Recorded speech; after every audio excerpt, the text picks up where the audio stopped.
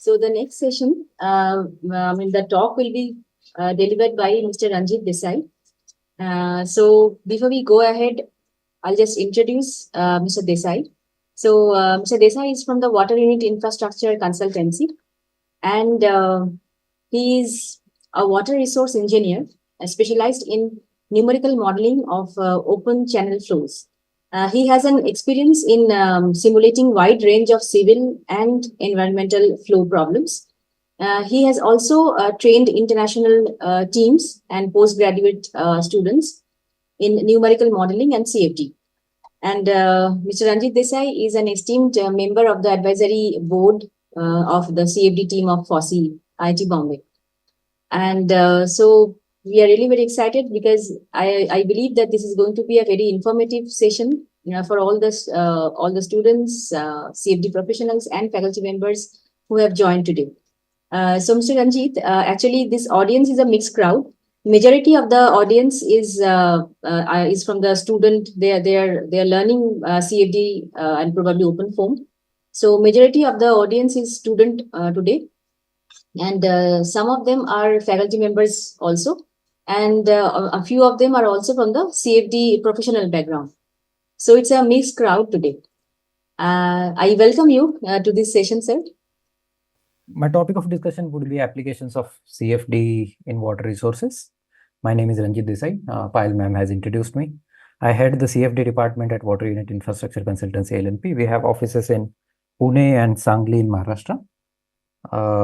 We majorly do CFD using OpenFOAM just to keep our overheads low.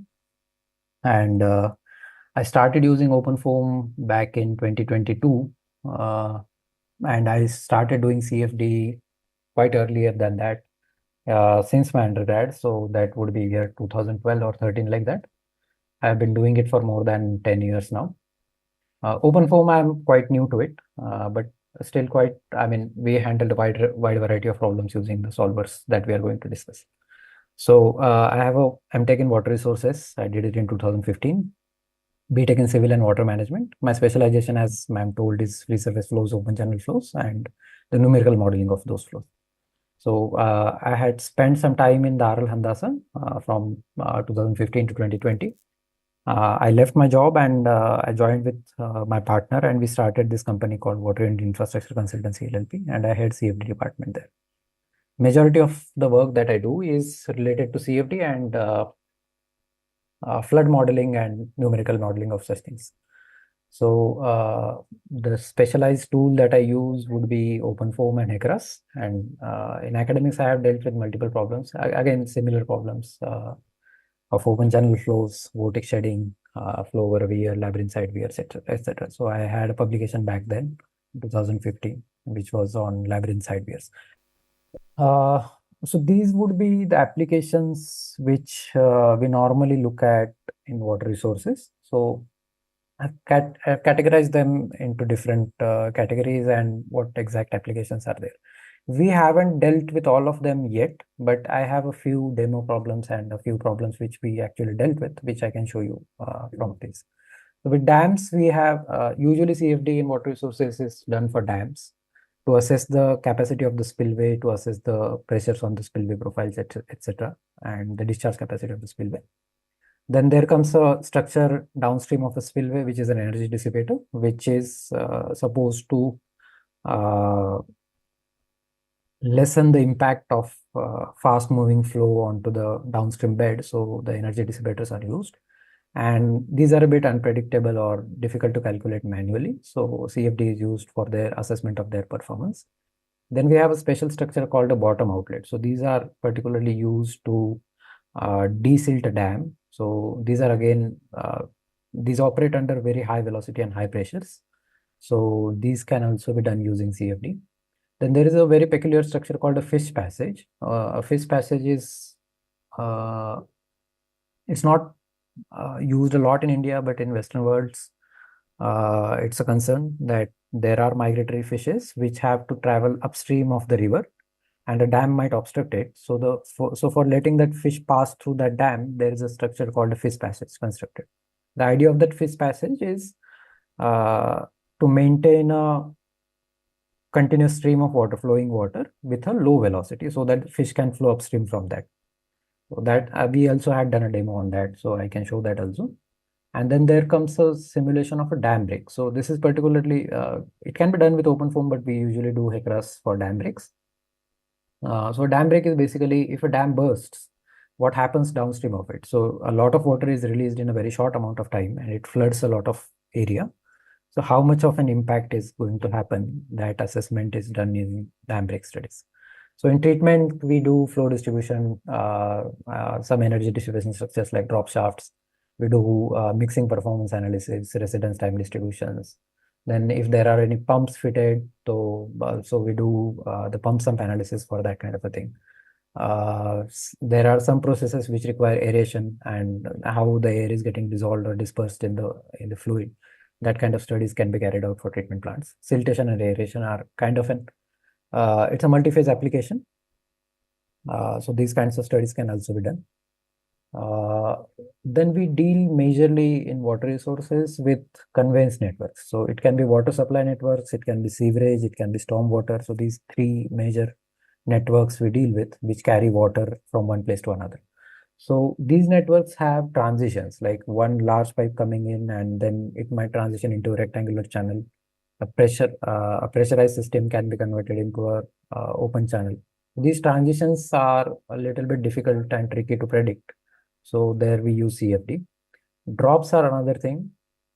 So sometimes we have to, depending on the elevation profile or depending on the slope that we are following, we have to drop the channel or the pipe by a certain height. So these drops also have to be designed and analyzed using CFD. Junctions are another thing. I have one simulation for junction here. Outfalls are very critical for disposing of any water that is coming out through the systems, particularly for treatment plants, wastewater treatment plants and such things. We have control structures which are weirs, gates and such things, and there comes an uncertainty of predicting how much flow is going to pass through that structure, and CFD can help in that. Siphons are also a very typical structure which can be predicted, but CFD helps in assessing the head losses and such things in a siphon. Hydropower is one application where we have a lot of adoption of CFD early on, and particularly for the intake structures, the tail race channels, if they have any manifolds or such things in a penstock or something like that, CFD can be used. We are exploring the silt traps. So a silt trap is basically a structure or a device put in place which can remove the heavier particles in water, the silt, before it enters into a turbine, because silt can erode and cause damage to the turbines. Silt traps are usually designed. This is also a multi-phase application for CFD. Then in environmental flows, we have two types of, one is air quality or air dispersion kind of study. This usually industries have long chimneys, and if they have any emission, they have to assess how it is dispersing and whether that pollution is coming down in certain limits after a distance. So those kinds of studies can be done with CFD. There are other methods of doing it also. Then there is a pollutant transport phenomena, like it's a transport phenomena, diffusion phenomena that happens. This is generally done for if there is a sewage line which is disposing of in a water body or in any place. So these kinds of studies are required so that the pollutant will be dispersed and the concentration lowers to a certain limit which is acceptable. These kinds of studies can be taken off. So I'm going to present you two things, a few demo studies, the demos we did for showcasing our capabilities and our possibilities of doing certain kind of studies to our clients. So, and the other one is the kind of projects we actually tackled in industry in last 2-3 years. So we'll start with demo studies. This was the first problem I dealt with in my professional life, starting with CFD. It was a simple problem statement. So we usually have these kinds of channels, trapezoidal channels, beside roads. So these are supposed to carry excess rainfall coming from roads into a nearby culvert or a nearby low-lying stream. And what happened was they had a light pole foundation coming into this channel, and they wanted to assess how it affects the discharging capacity or how it affects the flow in that channel. So this problem came to me, and this was an interesting problem because this showcases that a low velocity flow can transition into a high velocity flow if you put an obstruction into it. So these are the kind of problems you deal with within open channel domain. So you have a low velocity flow, which is we call subcritical flow, which is transitioning into a supercritical flow. Now, if the channel is earthen channel, that high velocity can erode it and carry, it can erode it, make it deeper, carry the material with it downstream. So this was not something which was desirable. You can also see very beautifully in the simulation that there are some cross waves which are happening. These kinds of fluid structures are really difficult to predict analytically. So this is the beauty of numerical simulations here. This is a study, this is a demo for a study which we can take up. Like if you have to bring water from a high to a lower area, this is a very general problem we have. So how to dissipate the energy of the water which is coming down, because with CFD we can study multiple kind of options really fast. So this kind of a study barely took me a few hours of doing, and we can really see which structure would benefit, which structure would dissipate energy much faster and all that. So if you can see if there are only steps, so the flow will accelerate, will have a higher velocity going down. If you have chute blocks, you have a lower velocity, and if you have steps with keys, it is even better. So that these kinds of studies, we call it optimization, I mean design optimizations. So these can be taken up with CFD very easily. The only alternative to this is going for physical modeling, which is again very expensive if you want to make any modifications and test, and they take a lot of time. CFD is much faster than that. In hydraulic jump is another energy dissipating structure, like the one I was speaking about earlier regarding energy dissipators below a dam. So a hydraulic jump is a type of phenomena that is used to dissipate energy. This was my, I took up this project during my MTech seminar, and we tried to simulate and had this thing going on. So I used ANSYS that time, but I tried to replicate the same problem in OpenFOAM, and this is a 2D problem, 2D OpenFOAM. By the way, for most of these, I'm using interFOAM or inter-isoform solver. So this is a VOF based solver. It has a two-phase formulation to simulate air and water flows. So we can see that a high velocity supercritical flow is coming in, and it is merging with a low velocity subcritical flow. So this is called an hydraulic jump. A lot of air bubble entrapment happens at this jump, and this is a bit tricky to set up and do, because OpenFOAM does not come with a pre-built downstream water level condition. So I tried to do, this is a custom coded boundary here. So I tried to do that. I believe I have used coded mixed value boundary condition here. Yeah. So the fish passage I was speaking about, it's something like this. It's a structure something like this. So this is an upstream portion and this is a downstream portion, and the water flows continuously from this structure, and we can assess which are the high velocity and low velocity areas, and if the fish is having a continuous passage of that zone of low velocity area, so that it can pass upstream. So there are multiple ways to visualize it. I have just color coded it, just made a contour of high velocity areas, and they show the pockets of high velocity, and whatever is in between is the low velocity area. So fish can pass through that. A spillway example is here. I mean, this is a special type of spillway. It's called a morning glory spillway. So a morning glory spillway is usually situated upstream of a dam. It has a downpipe which is bent and it carries the water downstream of a dam.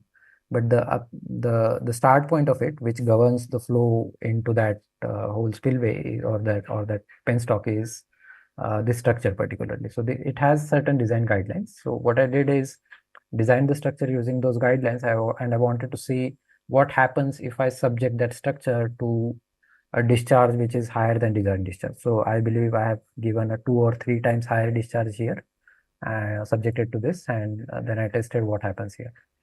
There are really interesting things happening here, like it maintains a air core particularly. So if you can see it here, these two shafts going down, So these carry air down into the shaft. They should be maintained. Then the other thing here you are looking at is a pressure profile. So this is a plan, you are looking at in plan, and this is in a elevation. So you can see that there will be negative pressures coming in when the highest design discharge is hit. So here there is a transition from this profile to a vertical pipe, and wherever the joint is, you have the highest negative pressure. So the negative pressure causes cavitation and erosion of that structure. So it's not desirable there.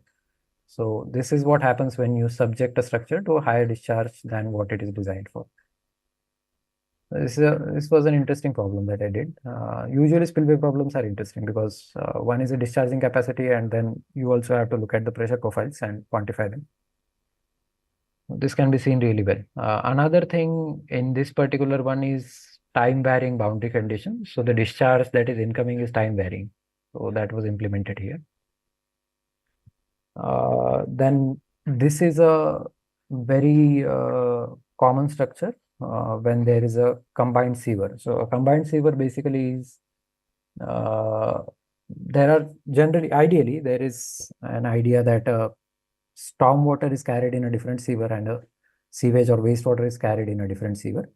But storm waters are designed for 5 or 10 year return periods. So for storms which can carry less water. So just to increase the carrying capacity of a storm sewer, sometimes it is connected with wastewater sewer. And that connection happens through a overflow chamber of some kind. So this line coming in is a storm sewer, and this line going out is going out to the wastewater sewer. But what happens is we have to divert the flow from one sewer to another, and usually it happens through side weirs or some kind of that structure. So it's really difficult to predict how that flow bifurcation is happening or how much quantity of water is going in which branch of that sewer. This can be really beautifully predicted with CFD. So this is what we are seeing it, like some water is getting diverted into the wastewater sewer and some water is carrying forward in the storm sewer. So this can be quantified, like discharges can be precisely measured using CFD. And we use this kind of thing for particularly flow bifurcation wherever it is happening. Then one more interesting structure is a drop shaft. So this particular one is a tangential vortex drop shaft. So the idea behind a vortex drop shaft is uh, we try to inject water in a vertical pipe in a manner that it clings to that pipe tangentially and it rotates along that pipe and goes down. So the idea here is that because of the skin friction between that pipe and the water, the velocity will not accelerate or the energy dissipation will happen to a certain extent. I'll show that here. So CFD becomes really critical here because it's again very complex 3D flow which cannot be analytically predicted. There are so many things that are happening, like the flow is coming in here, transitioning into a subcritical flow, then it is getting into a tangential manner, rotating into that pipe. It is also sucking in air, and that air core has to be maintained. This cannot choke here. Then when it comes down, how much it is accelerating, how at what velocity it is going to impact in the stilling basin down, whether that all that energy is getting dissipated or not. All these things can be analyzed using CFD very beautifully. So this can be done very easily, tangential drop shafts. So now we will look at these were the demo cases mostly, which we just did to showcase our capabilities. Now we are going to look into what kind of projects we do or what kind of projects we have done until now. So this is again a study of flow bifurcation, but this was done for a treatment plant. So the flow distribution for SBR tanks. So SBR is a sequential batch reactor type tank, like treatment plant. So sequential batch reactors are really large tanks where wastewater is dumped and then it is treated there. It is allowed to settle and some reactions, aerations, and all those things happen in those tanks. And before the water, usually in a treatment plant, what happens, the water is coming in through a single channel. And then that channel has to be split into multiple channels and the water has to be delivered to multiple tanks. So a distribution box come in between that, and it helps that it helps to divide that single stream of water into multiple channels. So the original design they had was of this kind. So one inlet channel coming in, turning 90 degrees, Then the water is underflowing from this underflow inlet, then overflowing from these weirs into individual channels. So there were 3 weirs for this tank and one inlet on one side. What was happening was the flow was not getting distributed as desired. So we ideally require that flow to be equally divided between these channels, which was not happening. Then we suggested an alternate arrangement. So we deepened the tank, shortened the weirs, and put baffles here to correct the flow. And we can look at the results there. So these are basically the boundary conditions here. So we have an inlet here, a top or atmospheric boundary here. Everything else is wall, and then outlets here. So I placed outlets here like that because I wanted to control the downstream heights of those things, or we can keep it free flowing as well. So this will not hinder into, it will not cause any backflows or something like that. So you can see these are the plan views of the same geometry. You can see that the flow is coming in, turning in like that, and then circulating into the tank, and most of the flow was passing through channel 1. So the channel 1 is carrying just a moment. So the channel 1 is carrying 2.1 meter cube per second of flow, sorry, 2.21 meter cube per second of flow, which was excess to what is required, so which is 2 meter cube per second. Channel 2 was carrying what was desired, and channel 3 was carrying much lesser flow, so 1.56 meter cube per second, a lot less. So percentage wise, you can look at it here. I mean, we required it to vary between plus minus 5% of what is desired. And the original had overshoot of 2.21% and 1.56, 2.21 meter cube per second and 1.56 meter cube per second. So that was a quite huge deviation from what was required. We did the modifications, we added the baffles and everything. And on the dark bars, you can see that it is within that desired limit which we wanted to have. So these kinds of studies we did a lot in last 2-3 years for very large treatment plants in Mumbai. This is another structure where we are again studying flow distribution in multiple channels. So this is, I will just take a moment to describe what this structure is. So these are vortex grid separators, these round structures, and these are the screen channels of a treatment plant. So what happens is the water comes in through these pipes from bottom into this tank. It goes into the screen channel. Whatever trash is there is supposed to be caught by this screen. The water passes down into these grit chambers. So even if you filter the trash, the water might be carrying some fine particles which are of sand or some grit or some solid particles. So these chambers are designed to separate them. And then the water collects into again one channel and goes forward for a pumping station. So the idea was here, I mean, again, same. They require that the water to be divided equally into each channel because they wanted to utilize every channel equally. If that doesn't happen, some screens might fill up faster, some chambers might fill up faster, and they can cause higher maintenance in those chambers. So they required the flow distribution to happen equally here. Another interesting thing was here we implemented a porous zone to incorporate head losses happening at that filter screen there. So we can see it here that the water is coming in from the bottom and causing these 2 humps here, and then it is getting divided into these channels and then getting into these 4 vortex grid chambers. This was particularly tricky because all of this is subcritical and this water level was very critical for them. So we had to find a boundary condition to maintain that water level there. That's the trickier part. And the other trickier part was this porous screen. So figuring out the porosity coefficients is something that you can do on, I mean, with certain calculators and something. We were using this Darcy 4-chamber model for porosity in this particular case. So you can specify Darcy coefficient and you can get a head loss or pressure loss happening across that boundary in some distance. This was the first commercial project for water unit which we did. It is a drop shaft. So the problem statement was the client wanted to bring water down from almost 10 meter of height. So inlet works were at 10-meter height here, and then they had a pump sump which was down here, and they wanted to lower water safely. This was all coming in raw sewer. So they did not want a vortex shaft or something like that, which can get clogged. So we devised, this is a baffled drop shaft. So there are baffles here, which will lower the flow slowly. This is a geometry, and this is all the boundaries that we assigned there. And this was very intricately designed. Like lot many considerations were taken into this because since this was a raw sewer, we sloped these baffles, filleted them, and all those kinds of things were done, and then they were incorporated in the model as well. So this is the simulation animation of that kind of thing. This is done in paraview. All this camera motion and everything, it is done in paraview. So the idea here for a drop shaft is that this jet has to fall on the baffle, not on the wall. Then the energy dissipation will happen and the water will not accelerate beyond the limit going down. So the baffles are designed like that, and the space between baffles should be sufficient enough so that it will carry the water, whatever discharge is coming in, to the next baffle. Otherwise, the whole structure will choke and sufficient water will not pass downstream. So this was done. We monitored the volume here, the total volume, and you can see that around 10-15 seconds it reaches a steady state and just goes like that. We can see the velocities here and the water volume here. It's an interesting thing. Particularly, I was very happy with the way the animation came out. We still use this animation to showcase our capabilities to our client. Client was very happy also because this was very presentable for them to their client.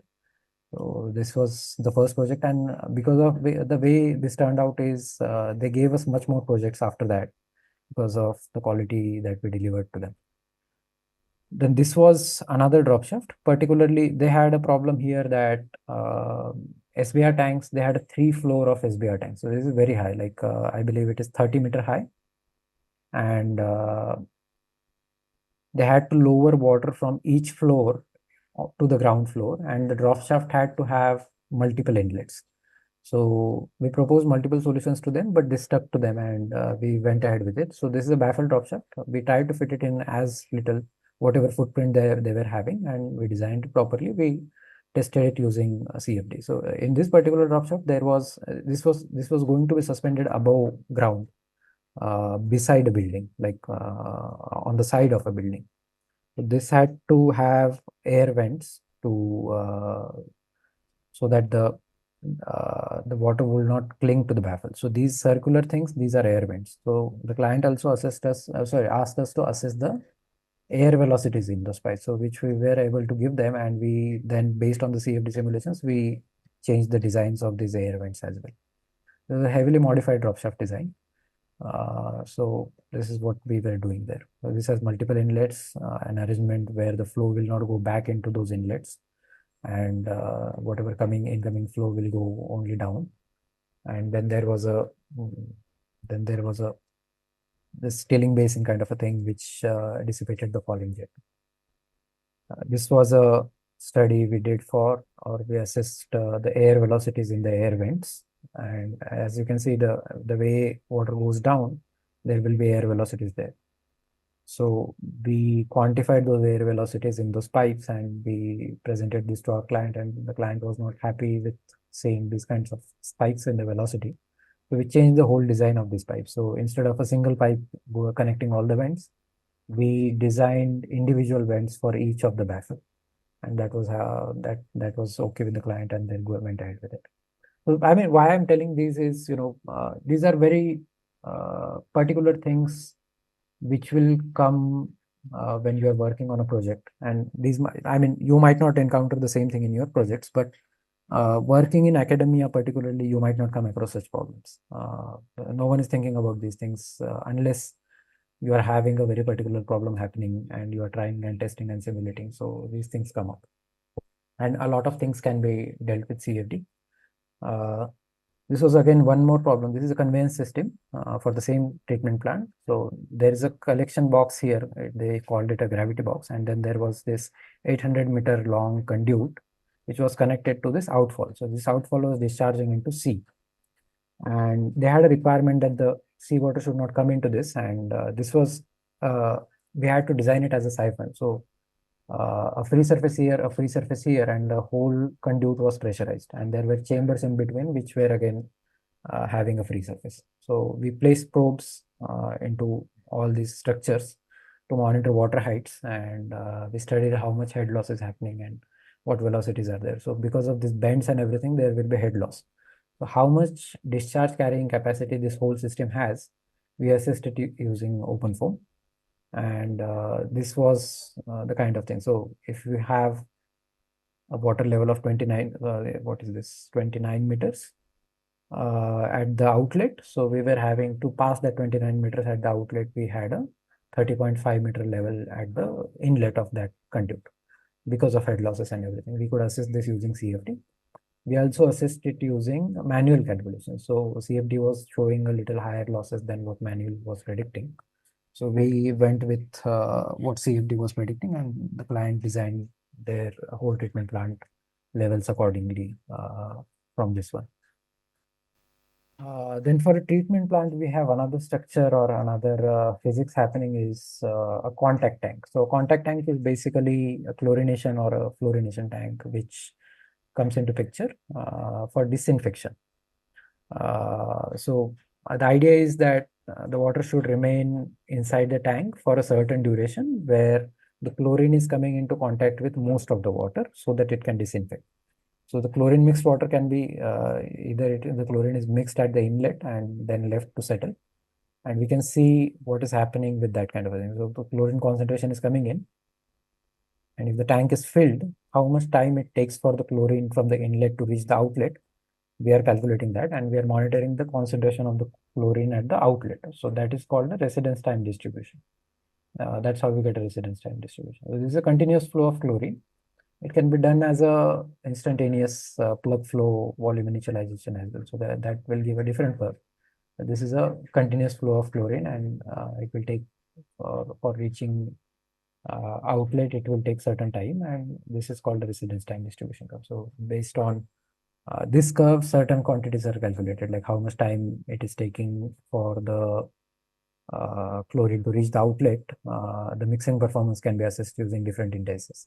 These can be really well calculated using CFD and easily. So this was a already well designed time. We just analyzed it and submitted to client, and they were happy seeing it.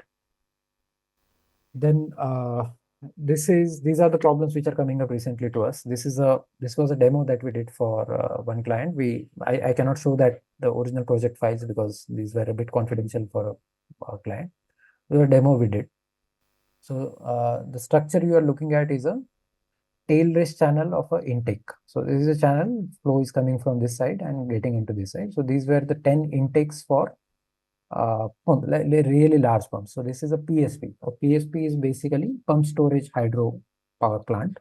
So the idea here is storing energy, excess energy into water, so that whenever they have excess energy in the energy grid, they use these pumps to pump water from one reservoir into another reservoir, which is upstream. And when they have an excess requirement in the energy grid, they release that water and generate electricity to supply that. So these pump PSPs are particularly used for load balancing. They also act as a kind of battery, a water battery kind of. So these intakes were supposed to draw water from this lower reservoir into upper reservoir.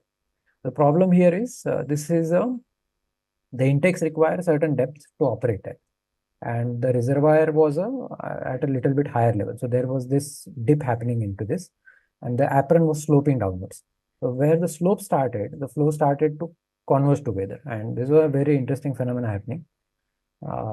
So the client wanted to assess how much impact it is going to have on the turbines. We helped them identify what was going to happen to them in terms of head losses, in terms of if there would be any vortices, if there would be any pressure losses, what all those kinds of things we assessed in this project. And we did a comprehensive study of these things. So these are for us, these are kind of new studies. This is not a multi-phase problem. It's a single phase problem with the top boundary maintained at symmetry. The water surface level can be managed that way. And in this particular case, the water surface was not varying, so we could make that assumption. So some problems can be done that way. So I don't have the results to show for this thing. This was a very particular case which I did with my previous employer. So this is a dam in Africa. It's called a Bombay dam. There is a dam, and then there is a spillway for this dam. So these were the spillways, and then there is a ski jump bucket. So the ski jump bucket is supposed to throw water up in the air and away from the this wall. So what had happened there, the problem that came to us was they violated the gate operation. So you are supposed to open gate to a certain height to pass a certain amount of water. And because of that, they did not open the gate sufficiently enough. And because of that, what happened? This jet did not go through on the bed of the river, but it fell on these berms. So these berms are like, these are just cutting and then they're covered with some concrete. And what happened, since that jet landed on those berms, they got eroded.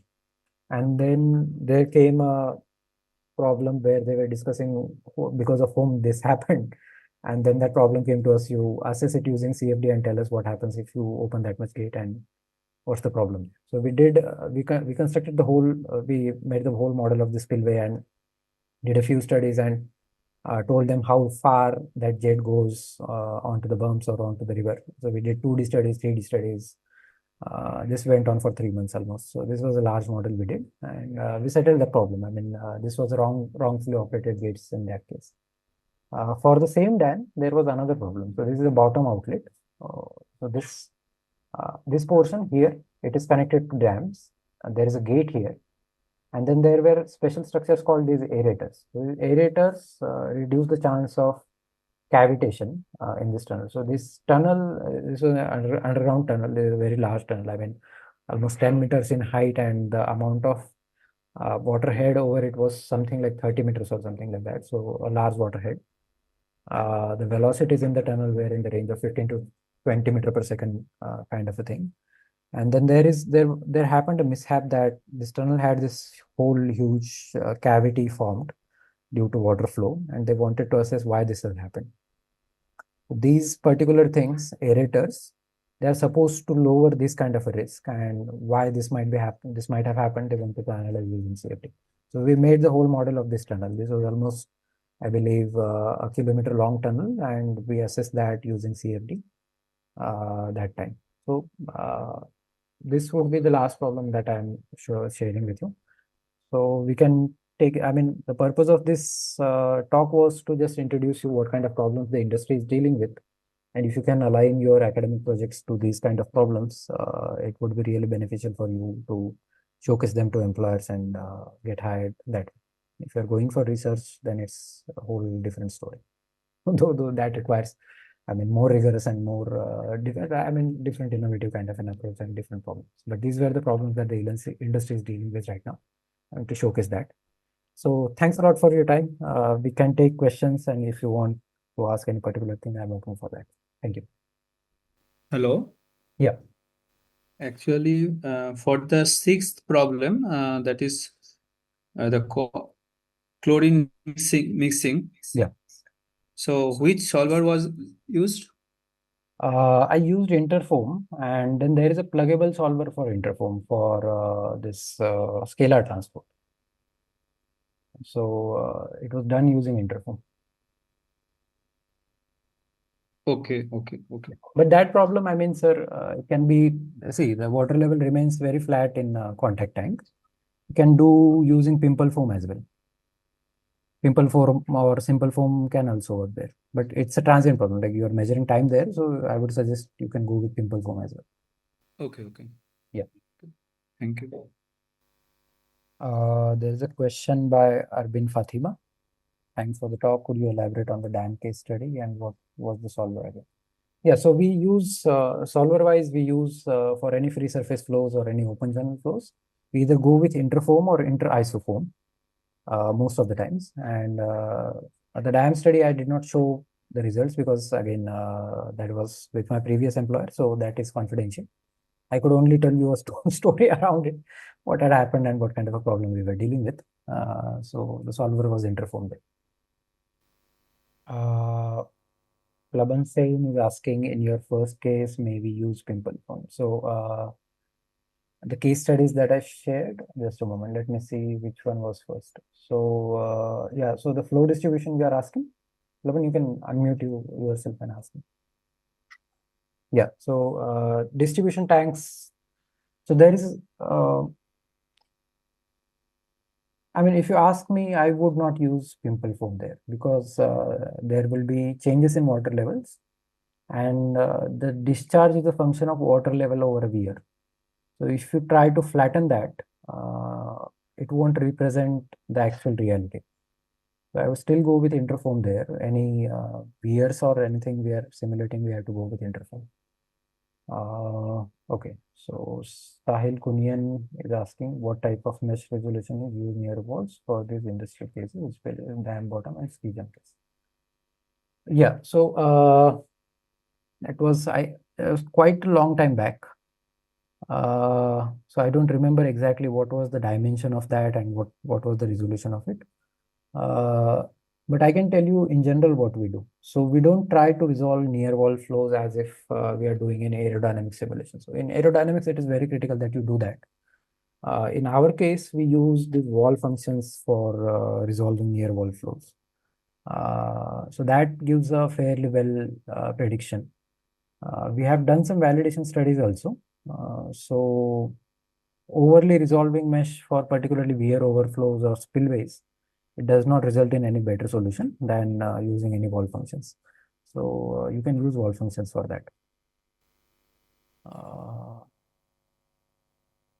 Since any closed fluid flow should be considered incompressible, steady, or simple foam works. Yeah, so it really depends on Arbin.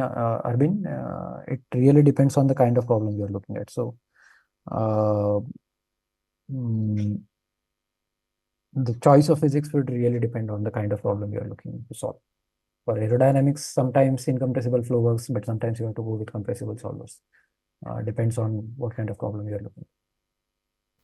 But if you're asking me particularly about a closed system, so if there is a pipe flow, which is a single phase pressurized pipe, you can go with even simple foam. If there is no transients happening, nothing changing in with respect to time, you can go with simple foam of, or if there are some phenomena which is happening, like some eddies forming, some energy, some eddies getting detached or something like that. Some unsteady phenomena is not happening, you can go with simple foam. If there is some unsteadiness in the solution, you can go with pimple foam. Yeah, so Prithul is asking, hello, the question is a bit out of the topic discussed. I am actually starting to learn open form and prior to work experience fluent, but regarding open form, I'm a bit confused now how someone new should be approaching the learning. Would be really helpful if you could suggest a learning pathway. So, uh, I mean, I have been, particularly for open form, I have been self-taught. Even for CFD and other tools, I have been self-taught. Uh, I For other tools, I used to read manuals and their material that they had provided. For OpenFOAM, there are certain good resources. So I have made, like, you can check my LinkedIn profile. I had compiled some time ago the links to resources for learning OpenFOAM. So these would be good. And the other best possible thing for you is stay connected with FOSSEE and get someone to mentor you there. So that would be a good start. How large would the air region be in the case of ski jump condition for the atmosphere region around the nub? Yeah, so it's very subjective. Usually, uh, in our cases, what we do is we call it freeboard. So, like particular cases which I showcased here, if you have a simple channel, you will model the geometry for channel itself. But if the channel is getting full, you leave an arbitrary area above the channel, and that should be sufficient so that it will have at least 4 or 5 cells of thickness, which will have sufficient depth for the air to move out or have some area for the free surface also to diffuse. So 4 or 5 cells is going to be enough. But for particularly ski jump, it depended like how high the ski jump is going to go, how far it is going to go. So we did some projectile calculations, manual calculations, and we sized the domain accordingly. It's a trial and error approach. You can try a few things. If the fluid is not touching the boundary, it's good enough. How the large geometry of the real industrial project can be made in open form when the dimensions of the model is also the main concern in the simulation. Atul, I mean, you can unmute yourself, you can elaborate on that question. What was that? Yes, sir. Like in my case, I am working on the fire scenarios in the metro station. Okay. So the you can imagine the geometry and the dimensions of the metro station that every features matters in the domain. Yeah. So that's the main concern in the open form, that how the geometry is. Yeah, you So can, I mean, if you're going, it's kind of a HVAC simulation, or you're going to go for fire as well there? Yes, sir, it's the fire simulation. I mean, usually we do on the FDS, that is the Yeah. So industrial FBS is the best accepted. tool for that kind of a thing. But even if you're going for OpenFOAM, you can basically use localized refinements for managing the mesh size. So that can be done. I mean, you can use Snappy for doing that, Snappy XMesh. Or I mean, if it is very constrained, if you're finding it difficult to use Snappy, I would also suggest that you can, if you have access to a commercial solver like Fluent or some other tool, you can bring in the TET meshes from there and use in OpenFOAM as well. So there are some ways that you can import that. So there are tools with OpenFOAM available which allows to import meshes from Fluent, meshes from other tools as well. Sir, actually, I get the point regarding the mesh, but how my question is related to the geometry making. I mean, How do you make the geometry? yes, sir. Yes, sir. Yeah, usually, see, for a metro station, you must have the geometry which is coming from the client. Like, usually our clients provide that in the form of a Revit file or something like that. We, apart from using FreeCAD or other kind of tools, we also use commercial tools for cleaning up geometries, AutoCAD or Autodesk tools. So it's better to have a suitable tool to clean up your geometry before you bring it into CFD. You can do it using FreeCAD as well if you get a proper format for that geometry. You have to combine that geometry and all that. So it's going to be a task in itself, like particularly for BIM kind of a project, right? So it's going to be a task. Yes, sir. It means I need some external software for the geometry making, and then importing the geometry into the open form. Yeah. You need to clean the geometry, combine it into one fluid volume, and then bring it into OpenFOAM. Okay, sir. Okay. Got it, sir. Yeah. Can design of draft tube be made totally gravitational free using CFD? So, Balkrishna ji, the thing is, I mean, no one would make that kind of a tall claim that CFD would solve every problem. But it can give you an insight as to process-wise what is happening in that draft tube. Sometimes it can be solved, but it depends on the constraints of that particular thing. So I would not say that CFD would solve that problem, but CFD would help you solve that problem some way. So I mean, I would look at it in a way that what you cannot predict analytically or in any other sense, CFD will give you an insight into that kind of a problem, and it should be looked upon like that. Mesh is one of the main part of any CFD. How to solve any path is there? Plaban saying, can you elaborate on that question? You can take it. This is Balkrishna here from Goa Engineering College, Goa, Farmagudi. Great. Tell me. Yeah. No, I just wanted to know how do you validate the model, especially for draft tubes? I mean, is it possible to get the data at certain points just to validate the flows? Yeah, usually, I mean, the kind of problems we come across, sir, they are unique in nature. So the only way to validate them is to construct a physical model which is comparable of a comparable scale of comparable physics, and then get that data from that. In absence of that, what we do is we validate our models on a simplified case, for which there is data in literature, for which there is some data which we can verify analytically. So we do that kind of a thing, and then extrapolate that model on a complex geometry. That can be done, but you have to look for your particular application. You have to look for what is the simple problem that is solved in literature.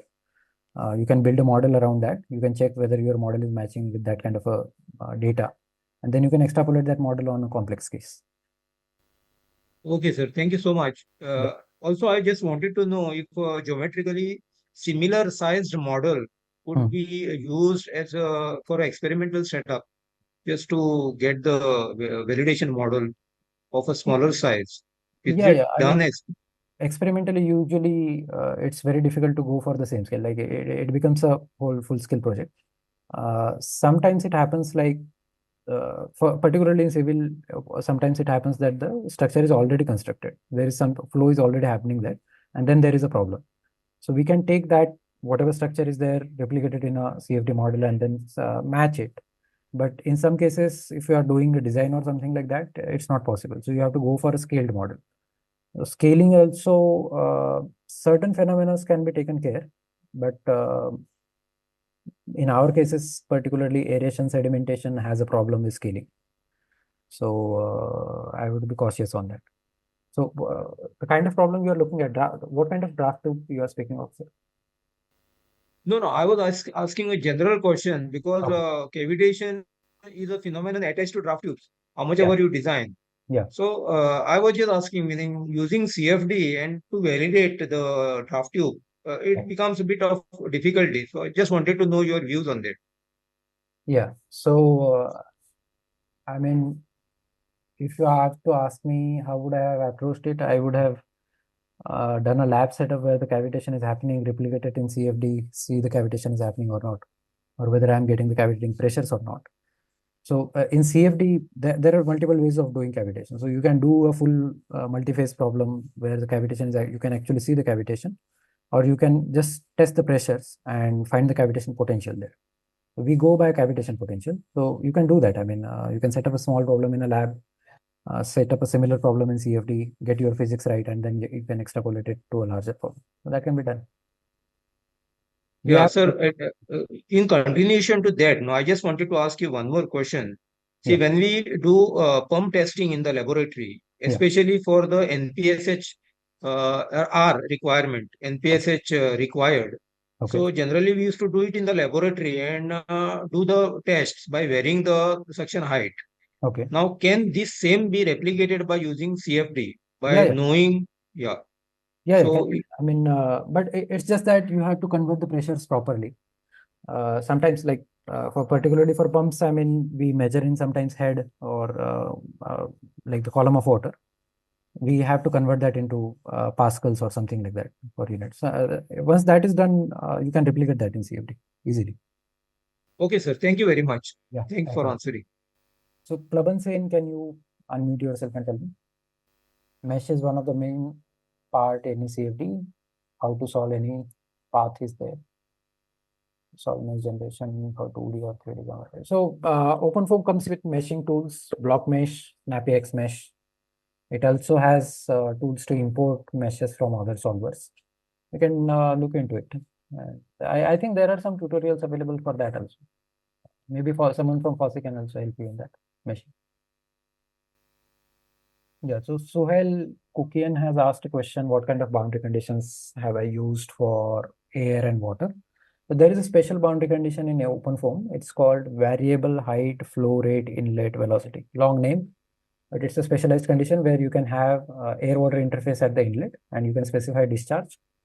Water will come into the domain, and the velocity at the inlet for water will be adjusted based on the height of the water. That's for the inlet. For the atmosphere, we can use any inlet outlet or zero gradient condition. You can fix phase fraction for you can use fixed phase fraction using fixed value. For outlets, you can use pressure outlet conditions or inlet outlet conditions or zero gradient. It's a different combination for different kind of application.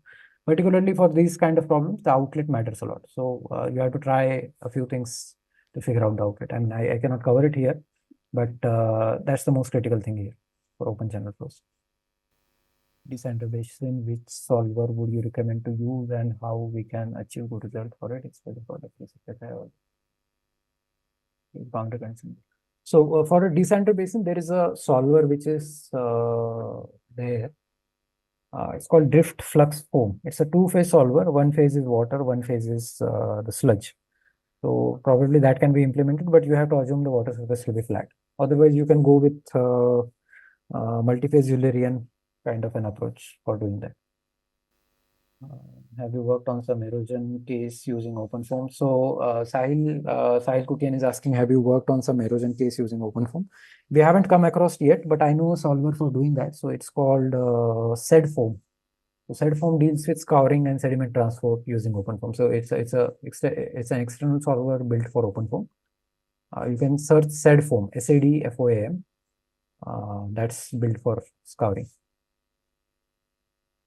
Is that CATIA V5 geometry can import into OpenFOAM? If you can export it into maybe STL, IGES, a step file, you can import it into Snappy. How to import the geometry into OpenFOAM. So I think I myself have a YouTube channel, and I made only one tutorial there. So there is so there is a video on how to prepare geometry for OpenFOAM, how to split it, how to combine it, and all that. So I have made a video on that. You can search for that on YouTube, and maybe FOSSEE will also help you in that demo for upcoming demo forms. Yeah, I think I've covered all the questions. If anyone is, I think we are also out of time here. Ma'am, you can take up. No problem. Yes, yes. Thank you so much. And so many questions, and you have been so patient. So I replied to each and every one of them. Yeah. Thank you so much, Mr. Desai. Yeah. Thanks a lot for joining, and thanks a lot for this informative session. I mean, a lot of things I think were new to most of the students. I think most of the students might have gone through all these kind of diagrams and actual images that you showed during the presentation. It was really helpful. Yeah. Thanks a lot.